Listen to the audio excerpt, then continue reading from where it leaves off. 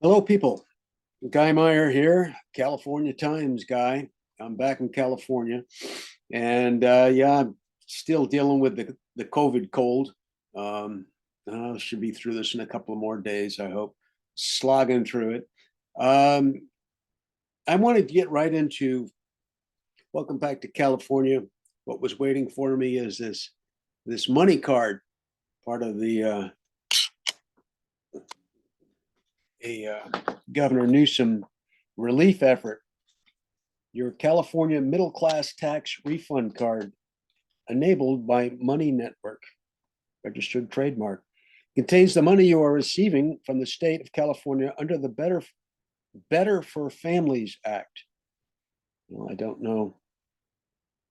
The Better for Families Act. I should probably look that up. There's a lot I should look up about this. It's a very curious situation here where we get this card. I'm getting $350, which is apparently the typical amount at low end, but and I'm not sure I deserve to be called middle class. I think that is wishful thinking on my part or anybody's part.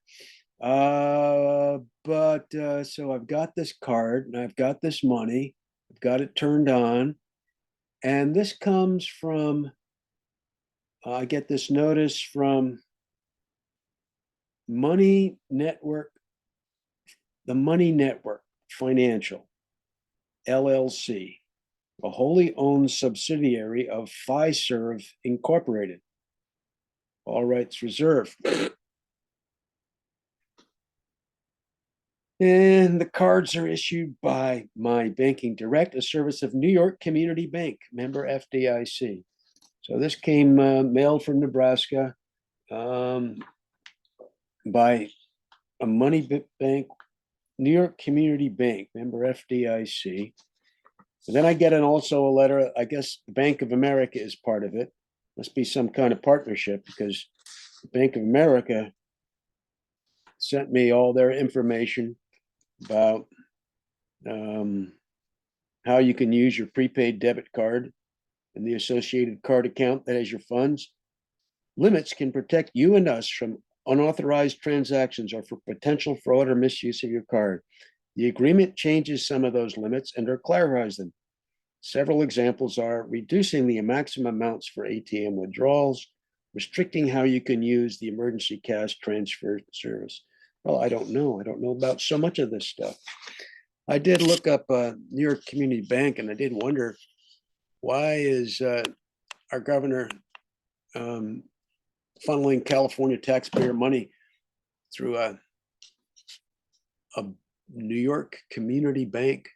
Who are they? Why do they get their money? How much is the money? Something like $9 billion, just just going through their fingers. That's all. They're probably not going to take too much, but nonetheless, it brings up big questions in my mind, like how does this happen? And what level as citizens do we have to prop up some corporate scheme? Um, well, thank you, Governor Newsom. Just had an election which he won handily. This all was put into law a few months before the election. You might say it's just buying votes. It seems like I might say that. Seems that way. But now he lost something like how many $1 billion were from the EDD fraud? And then this is going out as part of the EDD too.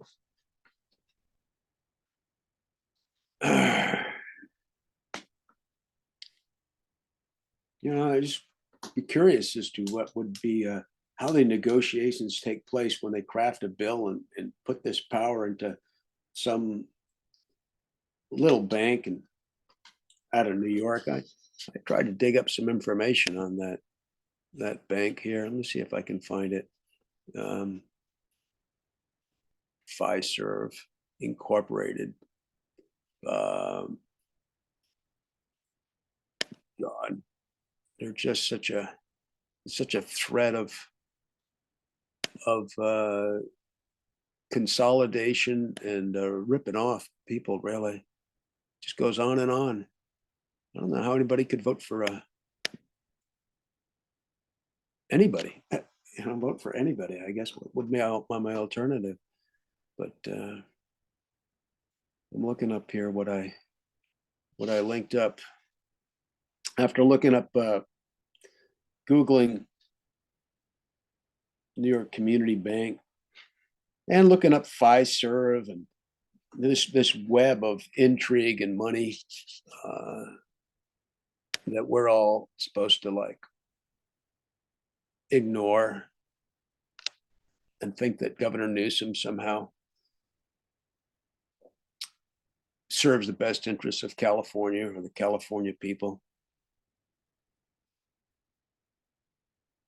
And then the other news today is offshore wind energy. Biden administration sale of leases. 5 companies win California offshore wind energy leases. What was it? 375,000 square acres, or is it miles of giant wind generators? Wind turbines are going to go up off the coast of California. I don't know. I find them to be criminal. I don't know. They're just unbelievable. Like death machines. I'm looking at the pictures of these giant ones off Block Island that they approved. And it's all big money. But it's all beautiful, right? It says, oh, it could unlock up to 2.8 terawatts of clean energy for the future. These turbines, I believe they last maybe 20 years before they fall apart or fall into the ocean or have to be replaced. What level of destruction they represent. I'm thinking a lot simply of bird life.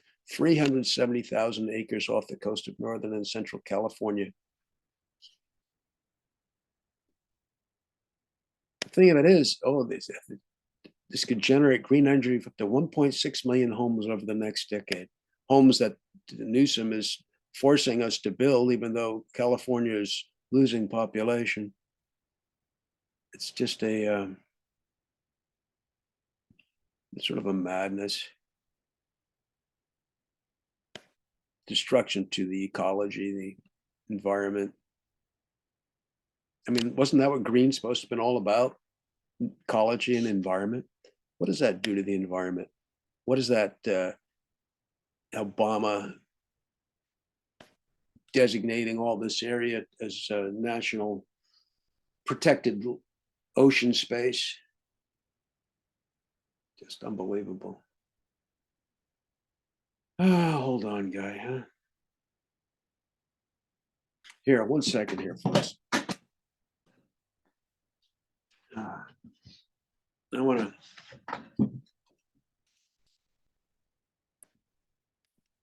Yeah, I'm gonna. After coming off my loss in my town council meeting election of November 8th here in sunny San Anselmo, or cloudy San Anselmo.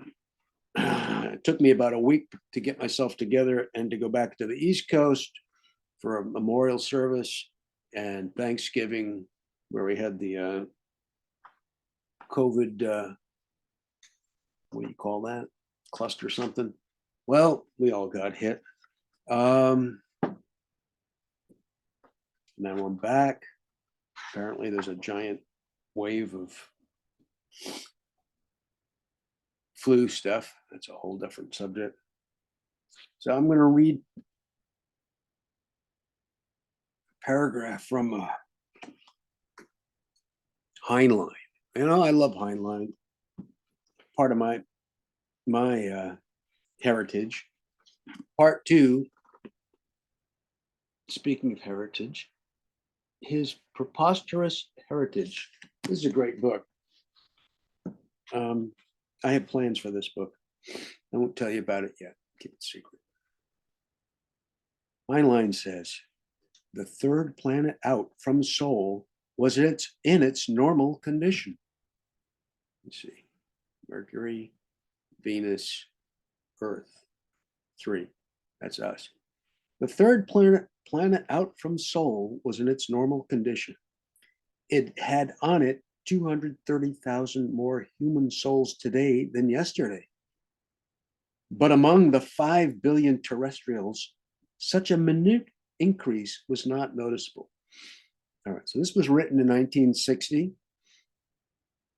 1960, the population of the planet might have been, I don't know, it's doubled in, I think, since 1970.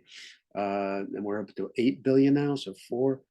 I think we were around 2 point something billion in 1960. This is kind of news for young people. Don't notice that we have an overpopulated planet. But among the 5 billion terrestrials, such a minute increase was not noticeable. 230 million more human souls today than yesterday. 230,000 more human souls. I'm not good with the math. I think we've got 83 million more every year now, and we're now about to 8 billion.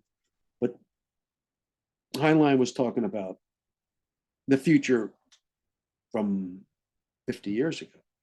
The Kingdom of South Africa, Federation Associate Member, had again been cited before the High Court for persecution of its white minority. The lords of women's fashions, gathered in solemn conclave in Rio, had decreed that hemlines would go down and that navels would again be covered. Oh my God, they're lowering the hemlines for women's skirts, that navels will be covered. Okay. The 3 Federation defense stations swung silently in the sky, promising instant death to any who disturbed the planet's peace. Commercial space stations swung not so silently, disturbing the planet's peace with endless clamors of the virtues of endless trademarked trade goods. 500,000 more mobile homes had set down on the shores of Hudson Bay. 500,000 more mobile homes had set down on the shores of Hudson Bay than had migrated by the same date last year. 500,000 more, it's an increase. The Chinese rice belt had been declared an emergency malnutrition area by the Federation Assembly. And Cynthia Duchess, known as the richest girl in the world, had dismissed and paid off her 6th husband. All was normal on the planet Earth, as Heinlein suggested. That blithely we were ignoring that 230,000 souls were born every day in 1960, and now, I don't know. It's almost kind of laughable, except it's not so much. It's just because we're alive. I think we've got to try a little fundamentally harder to be honest. And since we are living, and it's not going to come to an end tomorrow, not necessarily, not that we know. Just like, how do we get so lost? And I just ponder that a lot. California Times, Planetary Times, Earth Times. Thinking back to Martin Luther King memorial service they had for my mom, and she and her picture of her with her keep the dream alive sign. What was the dream? Martin Luther King's dream, I think she was referring to. And freedom and freedom and implied